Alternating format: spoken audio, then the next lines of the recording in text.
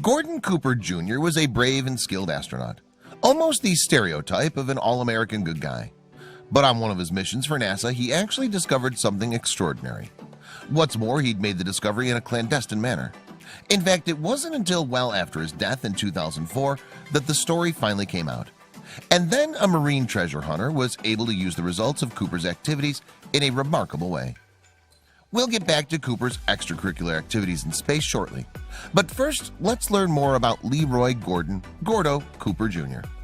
Well, he was born in 1927 in Shawnee, Oklahoma, and his father, Leroy Gordon Cooper Sr., had served with the U.S. Navy in World War I, but afterwards he became a pilot with the Oklahoma National Guard. During the Second World War, Cooper Sr. served in the Pacific and joined the U.S. Air Force in 1947. Interestingly, this was the same year it was formed, but he retired later in 1957 at the rank of colonel. So you could say that flying was in Cooper Jr.'s blood. Indeed, Cooper was only 7 or 8 when his dad gave him a turn on the controls of a plane. In fact, the young Cooper's parents owned a light aircraft, a command air biplane, and the kid was already flying it solo. Unofficially, he was doing so by the age of 12. Officially, he got his pilot's license at 16. So when he completed high school in 1945 with his dad's military background, you might have expected him to be odds-on. But there were no places available in Navy or Army flying schools, so he joined the U.S. Marine Corps, and he went into training straight away, leaving for France soon after. However, disappointingly, Cooper never did see active service in World War II, as it concluded soon after he was posted. After a spell of guard duty in Washington, D.C., the Marine Corps gave Cooper an honorable discharge in 1946, and he then moved to Hawaii, where he lived with his parents and enrolled at the university. But flying was still high on his agenda, and he bought a Piper Cub plane. Then he met Trudy Olson at the local flying club, and they married in 1947. And Cooper continued military pursuits at university by joining the Reserve Officers Training Corps. Then, in June 1949, he joined the U.S. Army as a second lieutenant. From there, he transferred to the U.S. Air Force months later, before taking flight training at various air bases. Actually, these included Texas and Arizona. After completing his training, Cooper's first round of duty came in 1950 when he was posted to West Germany. There, he spent 4 years piloting F-84 Thunderjets and F-86 Sabres, reaching the rank of flight commander. Returning to the U.S. in 1954, he enrolled at the U.S. Air Force Institute of Technology, AFIT, in Ohio. At AFIT, Cooper nearly scotched his future career as an astronaut, or anything else for that matter. Indeed, he narrowly escaped what could easily have been a fatal accident. Alongside his good friend Gus Grissom, Cooper was taking off in a Lockheed T-33 in 1956 when it suffered power loss. Shockingly, the undercarriage came off too, and the plane careened 2,000 feet down the runway before going up in flames. Somehow, though, the two pilots escaped from the wreckage unharmed. After that near catastrophe, Cooper succeeded in graduating from AFIT with a Bachelor of Science in Aerospace Engineering in 1956. Cooper's next move was to Edwards Air Force Base in California. There, he took a course at the U.S. Air Force Experimental Flight Test School. After another successful graduation, he was assigned to the Flight Test Engineering Division at the same base. Here, he was employed as a project manager and test pilot. Now, Cooper's role at the division was to put the F-102A Delta Dagger and F-106B Delta Dart jet fighters through their paces. While there, Cooper suggested several modifications to the Delta Dart, which produced significant savings for the Air Force.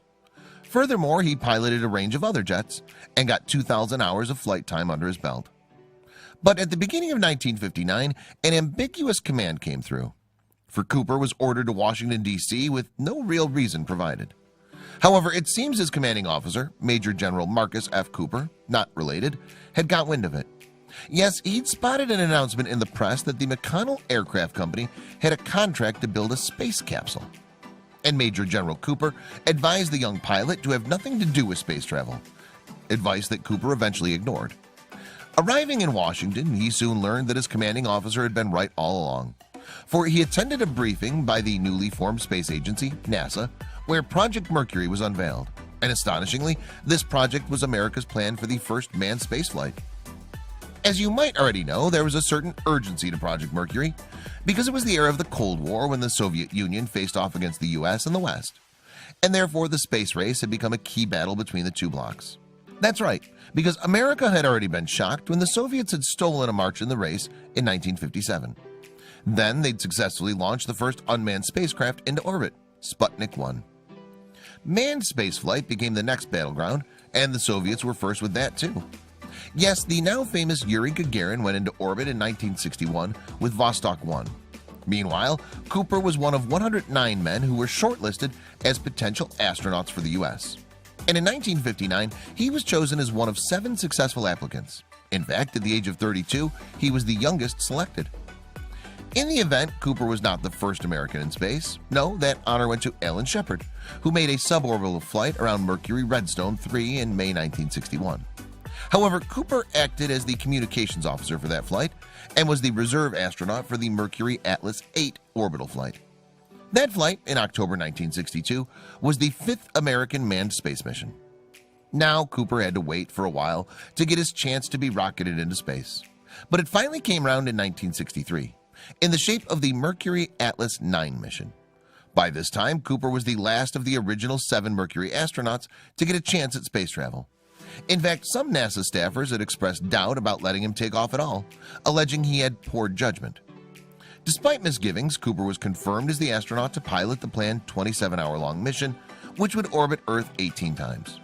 In fact, Cooper ended up spending a little more than 34 hours in space after his May 1963 launch. That was the longest any of the Mercury astronauts had been in space at that point. Incredibly, Faith 7, as the Mercury Atlas 9 mission spacecraft was called, covered 546,167 miles at an average speed of 17,547 miles per hour. Cooper also had another first to his name. He was the first American to sleep during a mission. Actually, he was asleep for over 7 hours, though he later noted that he had no dreams. But Cooper's mission was far from incident-free. A power blackout hit Faith 7 on its 19th orbit, causing carbon monoxide levels and the temperature to spike inside. So Cooper was forced to take manual control of the spacecraft and to navigate by the stars in his wristwatch. Incredibly, Cooper was able to land just 7,000 yards from the spacecraft carrier that was to pick him up. On Cooper's next mission, in August 1965, he was partnered by Pete Conrad, who was making his first spaceflight. And this was a Project Gemini flight, which set a new record for the length of time in space of 191 hours. By doing so, they demonstrated that astronauts could remain in space for the time it takes to voyage to the moon. Indeed, lasting just under 8 days with medical tests performed in flight provided proof that the moon was doable. In fact, the Apollo 12 mission would later see Conrad become the 3rd man to walk on the moon. That aside, due to fairly routine jobs on board the Gemini, Conrad complained that he hadn't taken a book with him. The next challenge for Cooper was his position as backup commander for the Apollo 10 mission. Now, this would orbit the moon in a practice run, and Cooper believed that this would put him in a position to take command of Apollo 13. As you may know, this was the planned but ultimately aborted 3rd mission to land on the moon. However, personnel rotation put him out of the running for that. After this disappointment, Cooper decided it was time to retire, and now a colonel, he duly resigned from the USAF and NASA. In fact, post his 1970 retirement, he went to work as a technical consultant and businessman. However, he still had that secret which he'd learned during his time in space. As it turned out, Cooper had been looking closely at the Earth while he was orbiting the planet aboard Faith 7. For a covert part of his mission had been to search for secret nuclear bases in the Caribbean. These would most likely be operated by Cuba and supplied with missiles by America's Cold War arch-enemy, the Soviet Union. Now, Cooper achieved this part of the mission by using a special long-distance measuring device which could detect magnetic anomalies. These would, in turn, indicate the presence of a nuclear base. But he saw many anomalies that he realized were too small to be bases. Nevertheless, he kept a note of all the anomalies, even those small ones. And the astronaut decided that at least some of these smaller magnetic anomalies must actually be long-lost shipwrecks. After his mission, he started mapping all of the likely anomalies at the same time as researching historic records of shipwrecks. Therefore, the final step was to correlate the historical information with the data he'd collected while in space. Using both sets of data, Cooper created a map which he reckons showed numerous wreck sites in the oceans. And these weren't just any old wrecks. The retired astronaut believed many were from colonial times, when sailing ships had plied the route from Europe to the Americas. Furthermore, many of these mercantile ships could have been laden with lavish cargoes of gold and silver looted from South America. So in the right hands, Cooper's secret map could potentially lead to the discovery of untold riches. Sadly, Cooper died in 2004. But before he did, he passed his map on to diver and treasure hunter Daryl Miklos. Interestingly, Miklos was a professional salvager and treasure hunter, and he'd started young in his trade with his father, who was in the same line of business. Miklos' first expedition came in 1970 when he sneaked aboard his father's boat to help salvage NASA rockets from the sea. At that time, he was just 7 years old. You see, Miklos first met Cooper when he tagged along with his dad Roger Miklos on TV's Merv Griffin show, and Cooper was also appearing as a guest that day. Speaking to Vanity Fair in 2017, Miklos remembered, "I met him in the back room and I was awestruck by his presence because he was an astronaut and actually went to space." Despite a 36-year gap in their age, Miklos and Cooper became good friends. In fact, Cooper became something of a father figure to Miklos, whose relationship with his own father was sometimes troubled. "I think that's why he entrusted me with the chart, or treasure map from space, as well as all the files that went along with it," Miklos told Vanity Fair in April 2017. So Miklos went on to use Cooper's map for a Discovery Channel television show, Cooper's Treasure, which premiered in 2017. To add to that, it had a second season in 2018. And the show follows Miklos and his team as they hunt for shipwrecks that might have rich booty aboard. Mind you, the exploration is directed by Cooper's map with its hundreds of putative wreck sites. Most of these supposed wrecks are of 16th century Spanish galleons, vessels that could have been carrying hoards of gold and silver. Or at any rate, that's what Miklos believes, as did Cooper before him. So far, the explorations covered by the TV show, though, have failed to uncover untold riches. However, Miklos told Vanity Fair that he'd already investigated 5 of the wreck sites that Cooper had pinpointed, and each one had produced evidence of a shipwreck. Furthermore, these were just 5 sites out of hundreds that Miklos said were identified on Cooper's treasure map. So perhaps the legendary wealth of the Spanish at the bottom of the ocean will be found, but not just yet. That's not to say that Miklos and his treasure have failed to find anything to date. As seen in the second season of Cooper's Treasure, they discovered an enormous anchor at the bottom of the Atlantic Ocean, and Miklos believed that this anchor, weighing between 1,200 and 1,500 pounds, may have belonged to one of Christopher Columbus's ships. Plus, they plucked 2 gold coins from the sea, too.